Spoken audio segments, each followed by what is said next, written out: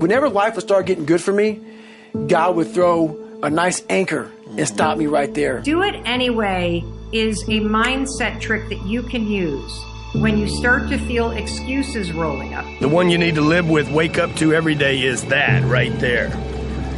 Okay? Beat the sun up, folks. You got to beat the sun up. If you can't beat up the roll up of the sun up, you're going to get beat up in life. And whenever you find things that you're comfortable doing, you're going away from the journey of life. I feel like most people in their lives are being allowed to live small. You're allowed to live a small life. Everyone around you would like you to live small. Just do this. You're good at that. Man, take it easy. Chill. When's enough enough? Like, come on, brother. You know, all these messages you get is basically saying, hey, man, live small. Life's not a big deal. Live small, enjoy it, chill, smoke a little weed, do whatever you want, right? Like, it's just this get-by thing in life.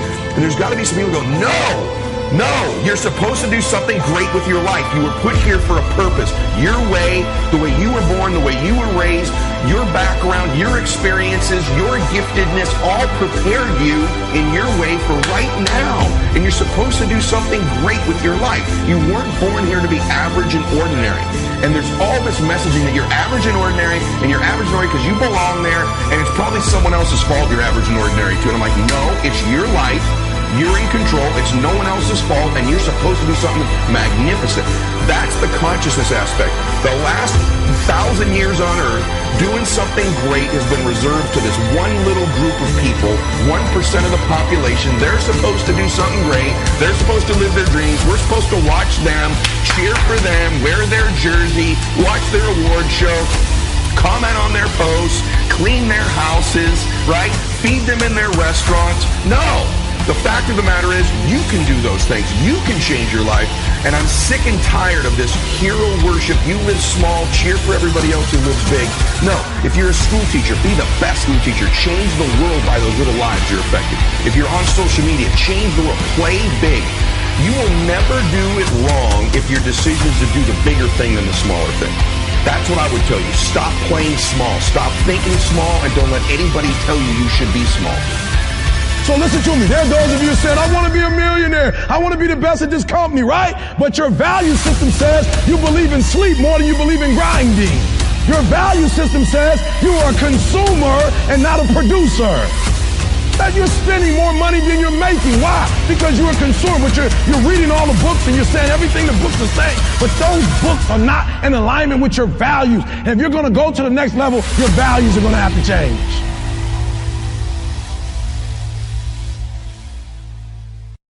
What if I told you this was the last Monday morning of your life?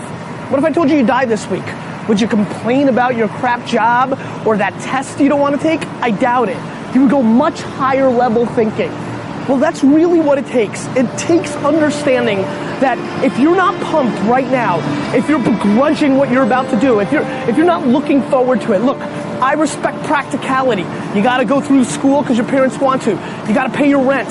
You got student loans. I get it. But please recognize the world we're living in.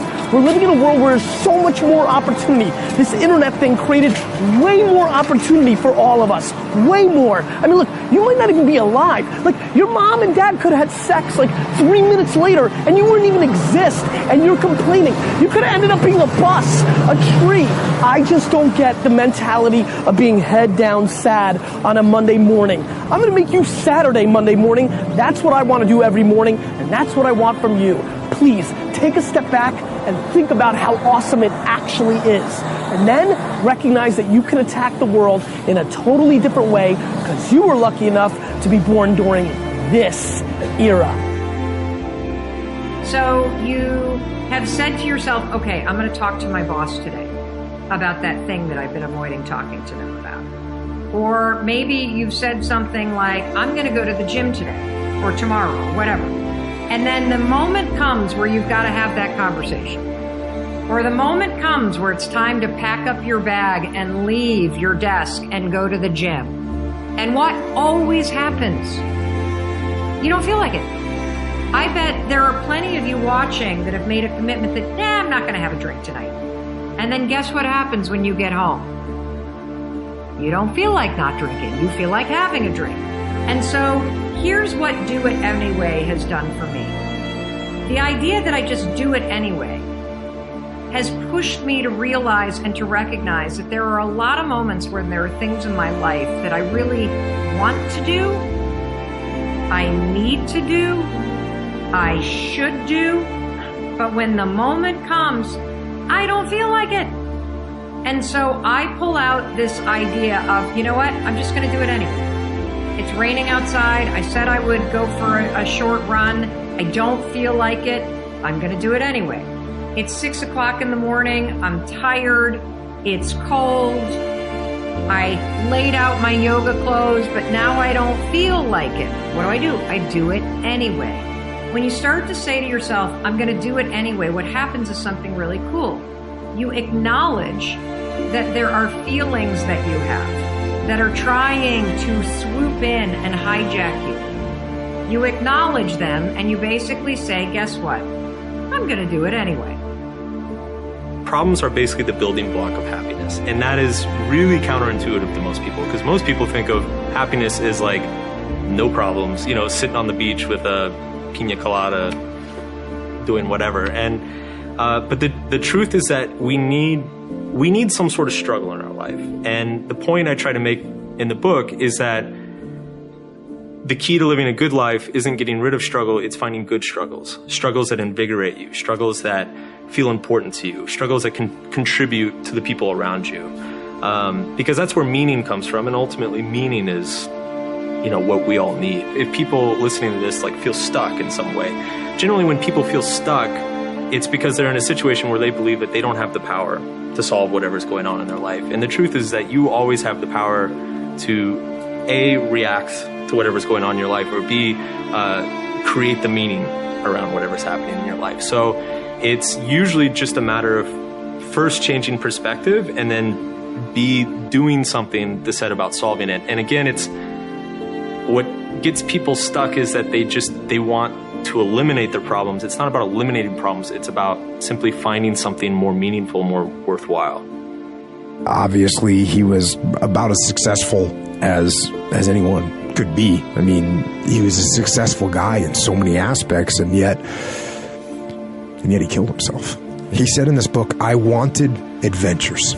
I wanted to go up the Nung River to the heart of darkness in Cambodia. I wanted to ride out into a desert on camelback, sand and dunes in every direction, eat whole roasted lamb with my fingers. I wanted to kick snow off my boots in a mafia nightclub in Russia. I wanted to play with automatic weapons in Phnom Penh, recapture the past in a small oyster village in France, step into a seedy, neon-lit pulqueria in rural Mexico.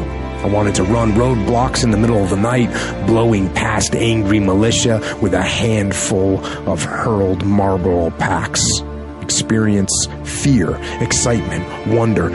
I wanted kicks, the kind of melodramatic thrills and chills I'd yearned for since childhood, the kind of adventure I'd found as a little boy in the pages of my Tintin comic books. I wanted to see the world, and I wanted the world to be just like the movies. That's what Anthony Bourdain said. Just like the movies.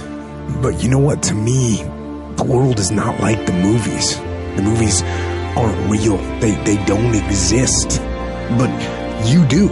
And this life it's better than any movie there is. Movies are supposed to provoke emotion. They're supposed to make you feel something. But I have a better idea. Go out into the world and actually feel it. Go feel joy and love and triumph and rapture and ecstasy and glory. Go feel those things. And you know, with those feelings, there will be other feelings as well. There'll be sorrow and pain and sadness and desolation and suffering.